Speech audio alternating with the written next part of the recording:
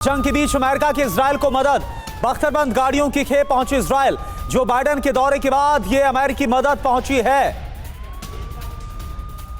Hamas के खिलाफ Israel की जंग के बीच अरब देशों के साथ मिडिल ईस्ट से अमेरिका पर भी कैसे हमले शुरू हो गए। इजराइल जंग में अमेरिका के खुलकर आने के बाद इराक, सीरिया के अमेरिकी बेस पर हमले हो रहे हैं और लेबनान में अमेरिकी दूतावास को कैसे निशाना बनाया गया, सबसे बड़ी खबर है। बिल्कुल, आप देखिए जो खबर सामने आ रही वो क्या है। इजराइल अमेरिका के साथ आने के बाद इस जंग के और भी ज्यादा विनाशक होने तय माना जा रहा है। एक तरफ अमेरिका इजराइल के खिलाफ कई वॉर फ्रंट्स खुल रहे हैं, तो दूसरी तरफ इस मौके का फायदा रूस और चीन भी उठाने में लगा है। आशंका भी इस बात की है कि पर्दे के पीछे से रूस और चीन अमेरिका और इजराइल के खिलाफ चाल चल रहे हैं, जिसका मकसद है अमेरिका को फंसाना। अगर इजराइल जंग में अमेरिका और खुलकर आगे आ गए तो थर्ड वर्ल्ड वॉर की शुरुआत मिडिल ईस्ट से होने से कोई नहीं रोक पाएगा। और इजराइल जंग के बीच दुनिया की चिंता बढ़ाने वाली यह खबर है, जहां यूएस का नेवादा में परमाणु हथियार परीक्षण हुआ है। और यूएस के परमाणु हथियार परीक्षण के बाद डर को लेकर यह खबर इसलिए जरूरी है क्योंकि रूस यूएस में परमाणु हथियारों की होड़ भी अब संभव है। रूस ने हटाया है परमाणु हथियार परीक्षण से बैन। वहीं रूस के बैन हटाने के बाद अमेरिका के परीक्षण को लेकर आज यह सबसे बड़ी खबर आई।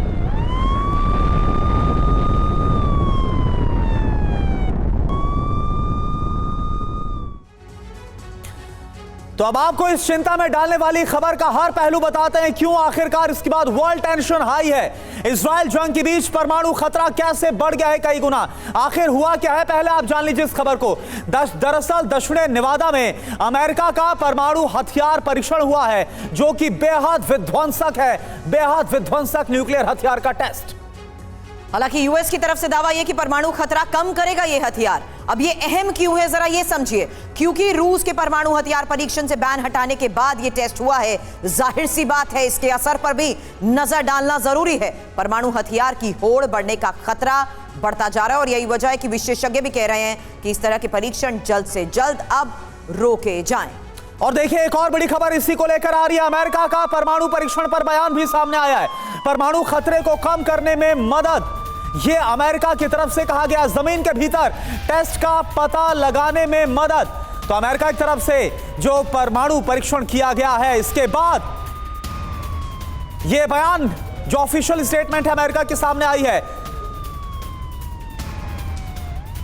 इंफॉर्मेशन वॉल का रुख करेंगे क्योंकि परमाणु हथियार परीक्षण पर अमेरिका की तरफ से आए बयान पर एक्सपर्ट्स के साथ चर्चा करने से पहले देखिए इस बयान में आखिर कहा क्या गया है। यह प्रयोग अमेरिकी परमाणु और प्रसार लक्ष्यों के समर्थन में नई तकनीक विकसित करने के हमारे प्रयासों को आगे बढ़ाने वाला है। और यह भी कहा गया कि इस टेस्ट से जमीन के अंदर परमाणु विस्फोटक परीक्षणों का पता लगाने की तकनीक में सुधार होगा, वैश्विक परमाणु खतरों को कम करने में मदद मिलेगी। कोरे हिंडरस्ट्रीन की तरफ से, जो कि उप प्रशासक है एनएनएसए की, उनकी तरफ से आया है ये बयान। इसके त्रिपाठी सर, ये टाइमिंग बहुत इंपॉर्टेंट हो जाती है। मैं यहां परिचय करा दूं जो खास मेहमान हमारे साथ है, फॉरेन एक्सपर्ट महेश सचदेव हमारे साथ हैं, brigadier retired DS Tripathi sir रक्षा विशेषज्ञ के तौर पर हमारे साथ हैं, और कैप्टन श्याम कुमार रक्षा विश्लेषक हमारे साथ हैं। और त्रिपाठी सर, ये टाइमिंग बहुत इंपॉर्टेंट हो जाती है क्योंकि इस युद्ध के हालात में ये एक बड़ा संकेत और बड़ा मैसेज है। बिल्कुल सही कहा आपने। देखिए लास्ट जो टेस्ट हुआ था, जो CTBT साइन हुई थी, कॉम्प्रिहेंसिव टेस्ट बैन ट्रीटी, उससे पहले अमेरिका ने 1996 में अपना पहला लास्ट आखिरी न्यूक्लियर टेस्ट किया था और उसके बाद ये टेस्ट हो रहा है। और एक खास करके जो अभी आपने बताया कि जब रूस ने अपने आप को अलग कर लिया कि हम अपनी न्यूक्लियर टेस्ट करेंगे, तब ये टेस्ट हुआ है और इससे अब होड़ ज़्यादा जगेगी। जो बाकी देश हैं वो भी अभी आगे आएंगे इसमें, वो भी कहेंगे कि अगर ये परमाणु का इस तरह से प्रसार अगर शुरू हो जाएगा बाकी देश या तो उसमें भी वो भी अपने आप टेस्टिंग शुरू करेंगे।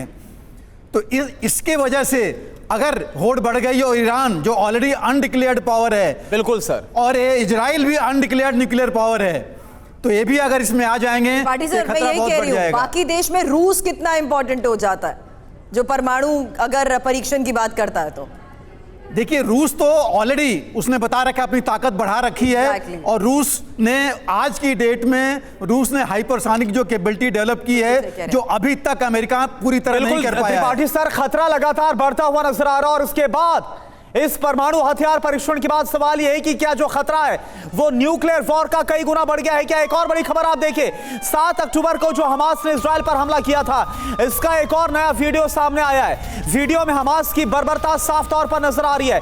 आईडीएफ इजरायली डिफेंस फोर्स ने हमास के हमले का एक और वीडियो जारी किया। वीडियो में हमास की क्रूरता को दिखाया गया है, बेरहमी से लोगों की हत्या करते नजर आ रहे हैं। हमास के लड़ाके आप देखिए कैसे जो मोटर ग्लाइडर्स हैं उनके जरिए पहले ये देखिए, ये तस्वीर आपके सामने जो दक्षिणी इजराइल का इलाका है, जहां पर ये देखिए कैसे लोगों को बंधक बनाया गया, मासूमों को नहीं छोड़ा गया, आंखों में पट्टी बांधी गई, लोग अपनी जान की भीख मांगते उनके सामने गिड़गिड़ाते नजर आए, लेकिन ये देखिए किसी को नहीं बख्शा गया। कैसे बच्चों से लेकर महिलाओं को, बुजुर्गों को, सभी को इन्होंने मौत के घाट उतार दिया। अब एक और बड़ी खबर है जहां इजराइल के खिलाफ हमास की ये बड़ी तैयारी को लेकर खबर जरूरी है, क्योंकि अगले 72 घंटे में इजराइल पर बड़े हमले की खबर आ रही है और इस बड़े हमले की तैयारी को लेकर जानकारी आपके सामने होगी, क्योंकि कई ठिकानों पर हमास हमले कर सकता है। अल-अक्सा मस्जिद में नमाज के बाद हिंसा की आशंका भी इसी हमले को देखते हुए और ज्यादा बढ़ गई है।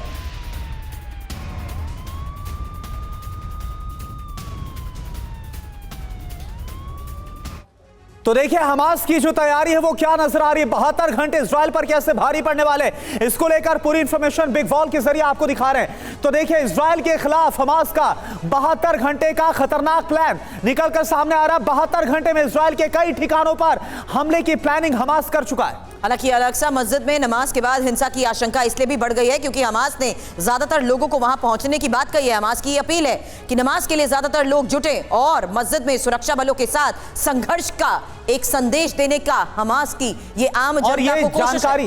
बिल्कुल फिलिस्तीनी इजराइल की सभी सीमाओं पर जाकर हमला कर, देखिए हमास इस बात का ये आह्वान करता हुआ नजर आ रहा है सभी से। रविवार को दुनिया के सभी देश गाजा के समर्थन में रैली निकालें, ये भी हमास की तरफ से कहा गया। तो कुछ इस तरह से भड़काता हुआ जो हमास से अपील करता हुआ जो हमास से वो नजर आ रहा है। सचदेवा सर, हमास की तरफ से ये कहना और ये बोलना कि रविवार को सभी जगह प्रोटेस्ट होना चाहिए, अल-अक्सा मस्जिद पर पहुंचे, ये कितना खतरनाक साबित हो सकता है ऐसा आह्वान? काफ़ी ख़तरनाक साबित हो सकता है। ये अल-अहली अल-अरबी हॉस्पिटल के बॉम्बिंग के बाद पहला जुमा है जी। और इसमें रोष हम पहले भी देख चुके हैं। पिछले 5 दिनों में विश्व के ज़्यादातर मुस्लिम बहुल देशों में प्रदर्शन हुए हैं, भारत में भी ऐसा हुआ है। तो ऐसी उम्मीद की जाएगी कि अल-अक्सा पर ज़्यादा लोगों के आने से हिंसा भड़क सकती है, इजराइल उनका दमन कर सकता है और इससे हमास की को और संबल मिलेगा।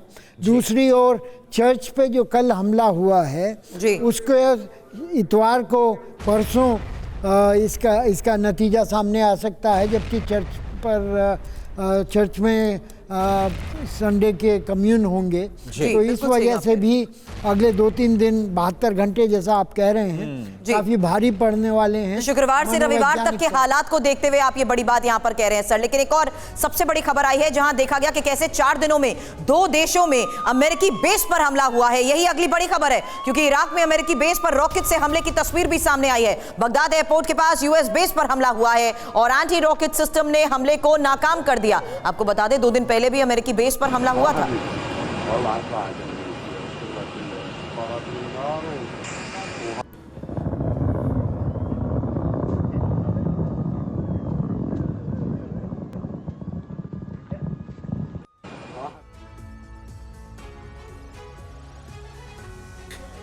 तो हमास के खिलाफ जंग में इजराइल का साथ देने को लेकर हमास और हिजबुल्लाह अमेरिका पर आग बबूला हो रही। इराक से लेकर सीरिया तक अमेरिकी बेस पर हमला किया जा रहा है। अब आप देखिए इजरायली जंग निशाने पर कैसे अमेरिका को इन्वॉल्व किया जा रहा है। बीते 4 दिनों की बात की जाए, 2 मुल्कों में अमेरिकी सैन्य बेस पर चौथा हमला है जिसको अंजाम दिया गया। हालांकि 2 दिनों में इराक में अमेरिकी सैन्य बेस पर दूसरी बार हमले को लेकर यह सबसे बड़ी खबर सामने आई है और इंपॉर्टेंट है कि बगदाद के पास अमेरिकी सैन्य बेस पर रॉकेट से इस हमले को अंजाम दिया गया है। इसके अलावा इंफॉर्मेशन ये आ रही है कि अमेरिका ने एयर डिफेंस सिस्टम से तमाम जो हमले किए गए उनको नाकाम किया, लेकिन सवाल यही है कि उकसाया क्यों जा रहा है, इन्वॉल्व इतना क्यों किया जा रहा है। सीरिया में भी अमेरिकी सैन्य बेस पर हमले हो चुके हैं, उनको भी नाकाम किया गया। और सीरिया में ही 2 अमेरिकी बेस पर हमले को लेकर जिस तरीके से ये खबरें आ रही हैं, हालात को देखते हुए ये महत्वपूर्ण है कि गुरुवार को सीरिया में यूएस के अल तन्फ बेस पर जिस तरीके से यह हमला हुआ है, सीरिया में ही अमेरिका के कोनोको बेस पर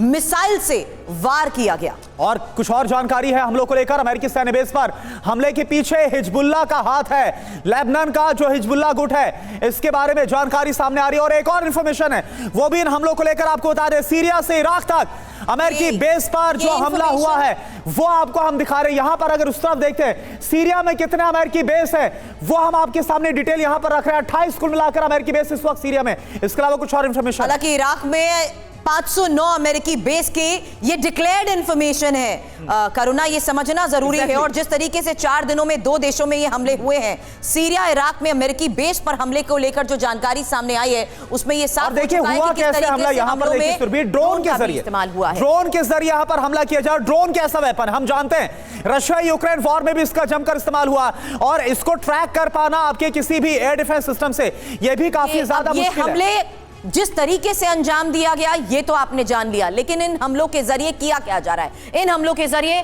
जाहिर सी बात है मनोवैज्ञानिक दबाव डालने की कोशिश की जा रही है। यहां तक कि इजराइल को मैसेज देने की ये कोशिश अमेरिका को इसलिए है क्योंकि अमेरिका एक बड़े भाई की भूमिका निभाते हुए इजराइल के साथ खड़ा हुआ है, और अमेरिका को जंग से दूर रखने के लिए अब इस तरीके से इन हमलों को अंजाम दिया जा रहा है। करुणा, बिल्कुल अमेरिकी मदद में बाधा पहुंचाने की कोशिश है। अभी हमने आपको दिखाया बख्तरबंद जो गाड़ियां हैं वो पहुंचाई गई हैं अमेरिका की तरफ से इजराइल में, और इसी को रोकने के लिए किया जा रहा है। लेकिन मेरा सवाल आपसे है नेवल कैप्टन श्याम सर कि यह बताइए कि अमेरिका को रोकने की कोशिश की जाए, लेकिन वो मुल्क जो कि ऐसा अमेरिका के खिलाफ करेगा या वो गुट जो अमेरिका के खिलाफ जंग का ऐलान करेगा, नुकसान तो उसी का ही होगा ना। अमेरिका को उकसाकर क्या मिलेगा?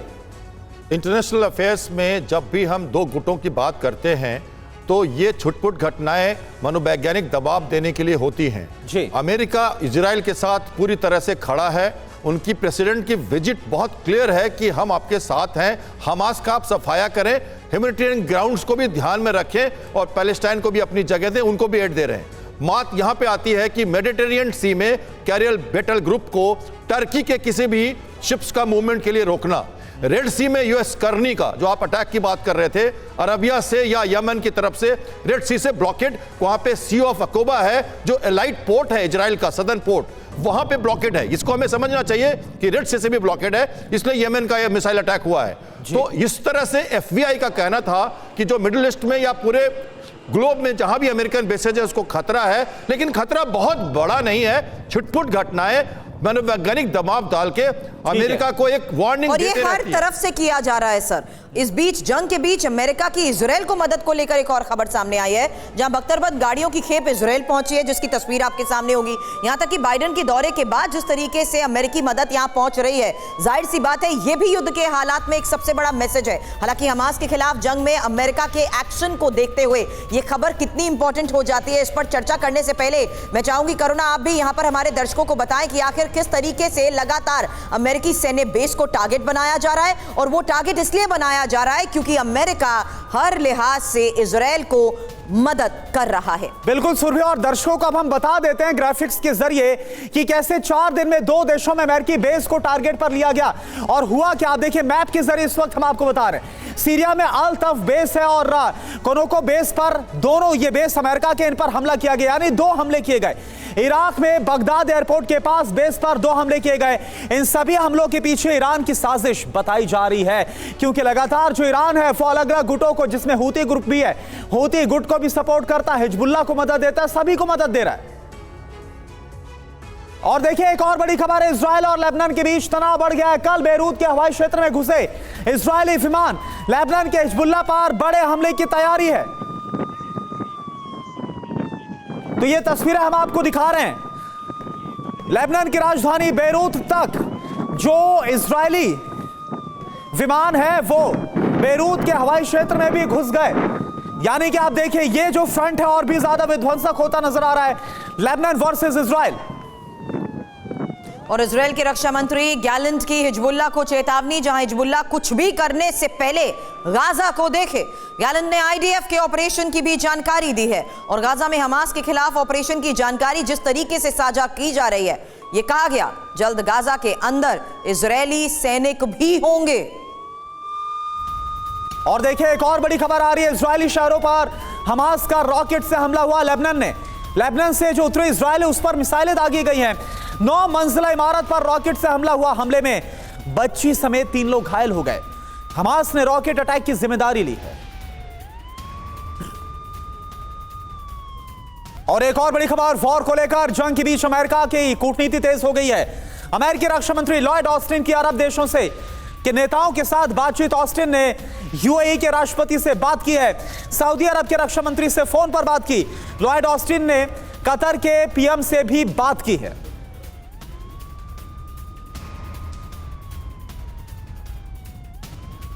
तो अमेरिका की तरफ से लगातार इस युद्ध के बीच जो अरब कंट्रीज है उनसे भी लगातार बातचीत का सिलसिला जारी है। और हमने देखा भी था जब अमेरिका के विदेश मंत्री आए थे इजराइल, इसके बाद उनका जॉर्डन जाना हुआ। यानी कि कोशिश ये की जा रही, जिस तरह से अरब कंट्रीज इजराइल के खिलाफ लामबंद होती नजर आ रही है, उसमें यह अमेरिका की भी कोशिश।